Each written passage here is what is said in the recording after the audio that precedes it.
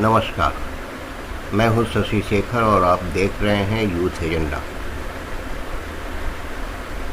आज हम बात करेंगे प्राचीन महर्षियों की और उन आधुनिक विज्ञान में उनके योगदान की। आधुनिक विज्ञान के रास्ते पर बहुत आगे निकल चुकी दुनिया के ज्ञान का एक सिरा प्राचीन भारत के एक संसार में जाकर भी खुलता है। खोजी, अनुसंधानकर्ता और जिज्ञासु विद्वजन के दृष्टि के बूते ही प्रगति, समृद्धि और विज्ञान की असीम संभावनाओं के साथ जी रहा आधुनिक विश्व भारतीय वैदिक सभ्यता और ज्ञान परंपरा का न केवल ऋणी है बल्कि कृतज्ञ भी है। दरअसल वो हमारे पुरखे ही थे जिन्होंने केमिस्ट्री, मैथ्स, फिजिक्स और चिकित्सा शास्त्र के प्रारंभिक सूत्र देकर मानव जाति का कल्याण किया। फिर भला उन्हें क्यों न याद किया जाए और उनके कामों की स्मृतियों को नई पीढ़ी के साथ क्यों न साझा किया जाए। प्राचीन भारत और वैदिक ज्ञान विज्ञान की कहानियों की इस श्रृंखला में हम बता रहे हैं उन ऋषियों व दार्शनिकों की कहानी जिनसे शुरू हुई गणित, मेडिकल साइंस और फिजिक्स की नई धारा। भारत भूमि पर ज्ञान विज्ञान की जो परंपरा रही है उसे हम दो तरह से समझ सकते हैं। पहला भौतिकी, रसायन और गणित आदि पर लिखे हुए ग्रंथों का अध्ययन, और दूसरा इनके रचयिता वैज्ञानिकों जिन्हें हम ऋषि मुनि या आचार्यों के तौर पर संबोधित करते थे। भारत ने निर्विवाद रूप से गणित और विज्ञान के क्षेत्र में दुनिया को बहुत कुछ दिया है। आइंस्टाइन ने तो यहाँ तक कह दिया कि दुनिया को भारत का आभारी रहना चाहिए क्योंकि उसने पूरी दुनिया को गणितीय गणनाएं गिनना सिखाया है।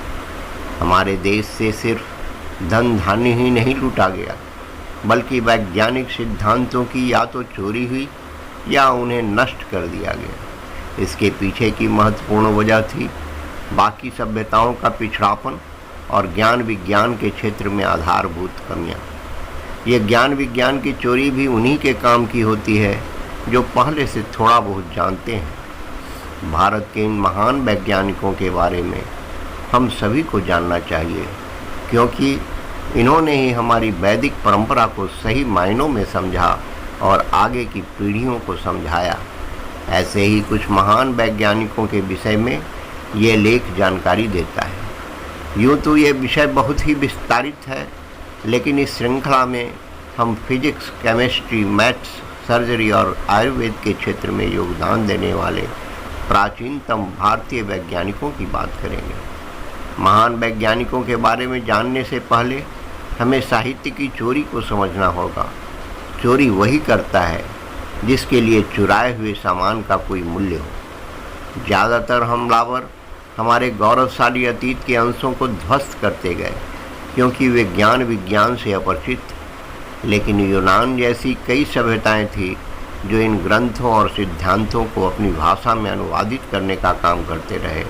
ये लोग निश्चित तौर पर पहले से काम कर रहे थे लेकिन उतने उन्नत नहीं थे जितने भारत के वैज्ञानिक।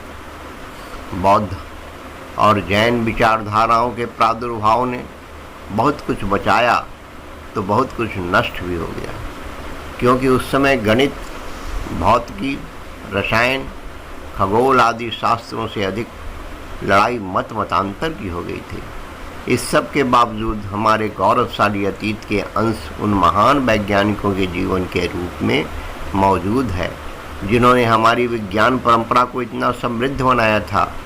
इनमें से कुछ महत्वपूर्ण नामों के बारे में इस श्रृंखला के जरिए जानते हैं। पिछले एपिसोड में हमने चिकित्सा विज्ञान, गणित और भौतिकी में प्राचीन भारतीय महर्षियों के योगदान की चर्चा की। आइए अब हम जानते हैं रसायन विज्ञान और धातु विज्ञान में महर्षि नागार्जुन के योगदान के बारे में। महान रसायन शास्त्री जिन्हें फादर ऑफ केमिस्ट्री भी कहा जाता है,